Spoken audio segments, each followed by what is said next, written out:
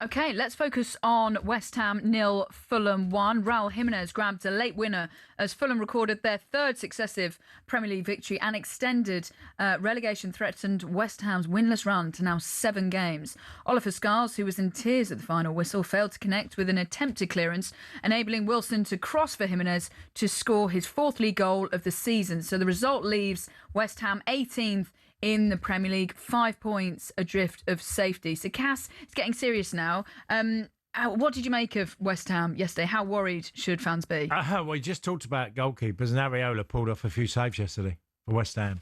I think they should be really seriously worried now, because if they lose Jared Bowen, if he goes out with injury or if he has an indifferent period of not scoring, West Ham are doomed because he's their most important player. He was the best player yesterday as well. Yeah, and look, but he's got a lot of hunger and desire. Paquetá drives me crazy, because I mean, when he was Man City were after him, and big clubs, he had all this interest in him, and I think he plays out on the right in the first half yesterday, and you just think he's on the fringe of the game, and someone so gifted, he can change a game in a moment.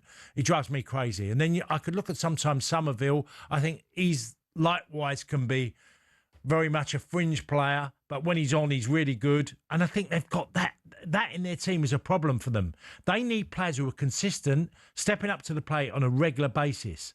So it's a tough one. They're in the mire. They're absolutely in the mire, West Ham now. I said, if they look, I think they've got Brighton at home on Tuesday. I think West Ham have got. Wow. If they go down there, I can just see the gap. Like I said, they could be 8 to 10 points behind by mid-January. Yes, Brighton at home. Yeah. Thanks. Let's now bring in author and editor of the West Ham Way podcast, Mark Crawley. Good morning, Mark. Hi, Mark. Good morning. How are you both doing? Okay. Yeah, well, for you guys, it's been a tricky. I mean, I just said my piece. Tell us how you feel about the current situation, Mark. To be honest, today's sad. It's a sad feeling today. This is a bleak time for West Ham, and it comes to no surprise, by the way, to West Ham fans that we're in this position. I'm going to be honest with you. This slide has been going on for a long time. Very mismanaged football club.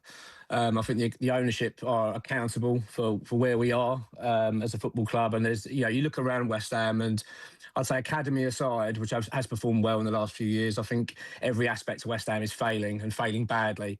And I feel this is no surprise West Ham are in this position. I'll tell you, this has been coming for a long time. And as painful as it is as a fan to watch it, I just feel like it's kind of what the ownership deserve.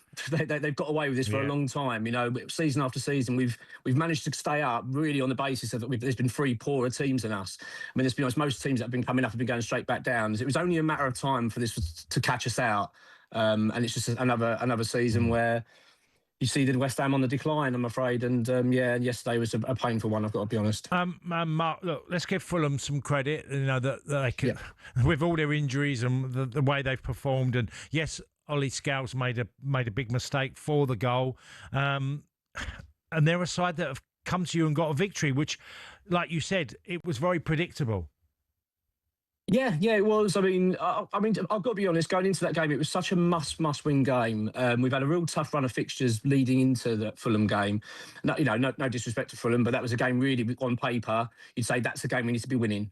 If you're going to stay in the Premier League, your home games are important, and especially teams that are in and around you need to be winning. And I did say before this, in the lead up to it, that this was a must-win game. And if we didn't, then I felt that relegation just felt it was very, very real, and that certainly hasn't changed. But no, credit to Fulham, they deserved it, and that is a big win for them as well, because I think that automatically, not mathematically of course, but it makes them, I think, 13 points clear now, so they're pretty much safe as far as I'm concerned. So big win for them, and they deserved it as far as I'm concerned. So, Mark, you've got West Ham at home against Brighton, then Wolves away, then Nottingham Forest, and then QPR in the FA Cup. So just picking up on what you just said there, so West Ham fans now, after the defeat against Fulham yesterday, coming to terms with relegation being a reality?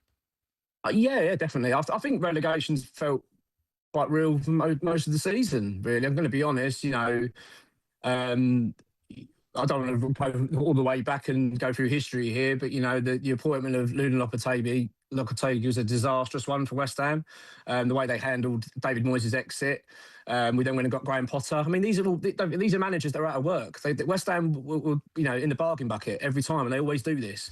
All right, we've got Nuno in, and Nuno, look, he came with a lot of credit, but Nuno only came to West Ham because he was available.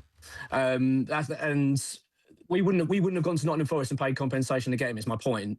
But yeah, go back to your point in terms of the games coming up. So these are massive games for West Ham. But watching that Fulham game yesterday, that felt like a team going down. That was like watching a team getting relegated to me. And it's gonna take a miracle now for West Ham to stay in the Premier League. It's for us now to turn around this form that we're in. It's very, very hard to see. And even I try to be optimistic as much as I can. People that know me, I do try to lean on optimism, and I'm really struggling now. And just like Tony was saying before, I think West Ham are going to be cut adrift soon. I think by mid-January, like you say, I think we could be out of this. The only thing that's going to keep us up now is to win the next back-to-back Premier League games and have a very good January transfer window. And I'm not confident of either, to be honest. What do you need in January then? Well, we need a new striker. We've just Nicholas Fulkrug's off to AC Milan, so that's a given. But West Ham and strikers are not a good mix. I think it's abysmal, really, how our recruitment has been since Sullivan's been at the club, really, in terms of our recruitment for strikers. Very, very poor. We need a new centre back. I think our defence is fragile. I think we need a new winger. Look, we can survive. I know it's not impossible, but it feels like it's going to take a miracle now. And watching that game yesterday, it felt like a team going down. It didn't feel like we've been fighting. There wasn't a lot of fight out there, a lot of heart. It was very painful to watch. Oh dear, Mark. Well, have a happy new year. Okay. Hopefully things have changed for you. Yeah, hopefully things pick up a little bit. It wasn't too long ago that they won a trophy under David Moyes, so things can turn around. Right? Yeah, but Mark's made a lot of good points. There's a lot of concerns. If you're a fan and you're going week in, week out, and you're witnessing some of the things that, like, lack of desire. Well, it was the body language and it was the belief. The heads have gone, especially the way that they conceded that goal. Then Raul Jimenez nicking, the goal again to get back-to-back goals for him. Credit to Fulham, though, absolutely, as well.